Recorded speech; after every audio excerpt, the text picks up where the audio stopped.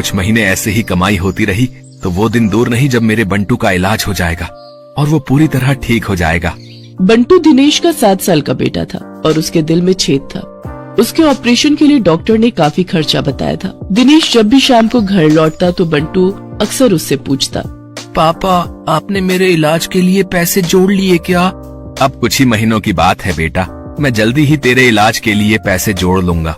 ऊपर वाले की दुआ से अपना पेप्सी पानी पूरी का धंधा बहुत अच्छा चल रहा है। सच्ची पापा? फिर तो मैं भी आपके साथ खेल सकूंगा, दौड़ूंगा, भागूंगा और आप देखना फिर तो रेस में मैं ही फर्स्ट आऊंगा। दिनेश की बीवी संध्या जब भी अपने बेटे को ये कहते सुनती तो वो कहती, तू बिल्कुल भी परेशान मत हो बंटू, मैं रोज मंदिर जाकर तेरे ठीक होने के लिए भगवान से प्रार्थना करती हूँ। तू देखना भगवान तुझे बहुत जल्द ठीक कर देंगे। एक दिन दिनेश के ठेले पर हीरू नाम का अधेड़ उम्र का आदमी उसकी पानी पूरी चखने आता है। वो नशे में होता है, तभी उसकी नजर दिनेश के गले पर जाती है। किसी ने ठीक ही कहा था इसके बारे में, इसका गल्ला तो लबालब नोटों से भरा हुआ है भाई। हीरू एक ठग, शराबी और जुआरी किस्म का आदमी था। उसका काम ही लोगों को ये सब बुरी लत लगाना था। दिनेश के भरे गले को देखने के बाद हीरू उससे कहता है, अरे सुना है कि तेरे बेटे को कोई बड़ी बीमारी है अभी है और उसके इलाज के लिए तुझे लाखों चाहिए? हाँ भाई सही सुना है, मुझे मेरे बेटे के इलाज के लिए कई सारे पैसों की जरूरत है। तो तुझे क्या लगता है इस ठेले से तू लाखों रुपए कम समय में कमा पाएगा? इसके लिए तो तुझे कई साल लग जाएंगे। हाँ लेकिन इसके अलावा मैं और कर भी क्या सकता हूँ भाई? देख इसमें मैं तेरी मदद कर सकता हूँ। अगर तुझे हफ्ते भर में ही 5 लाख रुपए कमाने हो तो मुझे आकर मिल लेना। ये रहा मेरा पता, ठीक है ना? अच्छा अब मैं चलता हूँ, ठीक है भाई? आखिर ऐसा कौन सा रास्ता है इसके पास जो ये मुझे एक हफ्ते में इतने पैसे कमा कर दे देगा? खैर मुझे क्या, मुझे तो बस अपने बेटे के इलाज के लिए पैसे से मतलब है। एक काम करता हूँ, एक बार जाकर इससे मिल ही लेता हूँ। यही सब सोचकर एक दिन दिनेश जाकर हीरू से मिलता है।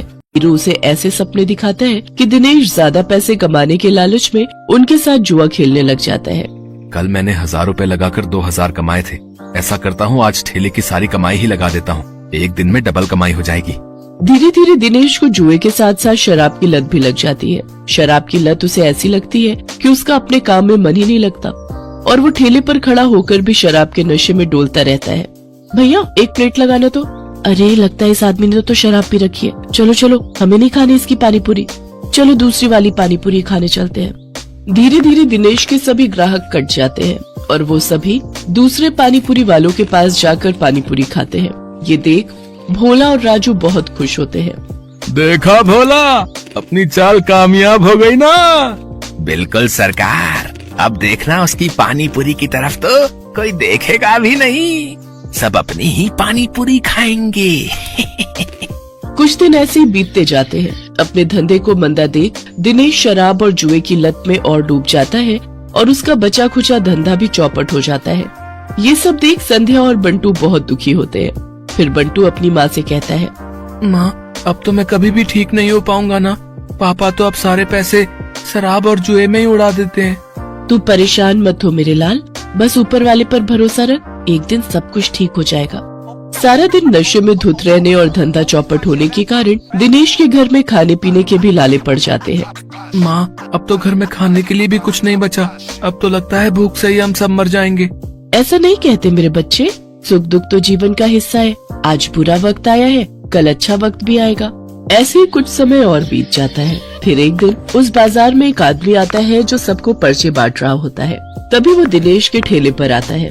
अरे सुनो भाई, पेप्सी पानी पूरी वाले, हमारे सेठ मंगल राम चाट भंडार वाले की तरफ से एक प्रतियोगिता होने जा रही है जिसमें सभी चाट वालों के बीच कंपटीशन होगा। जो भी इस प्रतियोगिता को जीतेगा उसे पूरे 5 लाख इनाम और साथ ही हमारे मशहूर मंगल राम चाट भंडार वाले बाजार में एक स्टॉल भी लगाने को मिलेगा। मंगल राम चाट भंडार बाजार, वहाँ तो बड़े बड़े लोग आते हैं चाट खाने के लिए।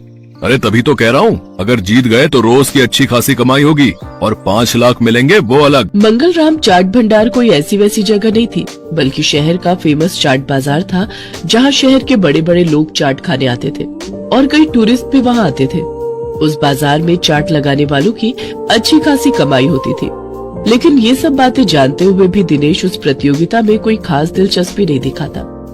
मंगल चाट भंडार है तो मुझे क्या, मैं जहाँ हूँ वहीं ठीक हूँ, मुझे इन सब से कोई फर्क नहीं पड़ता।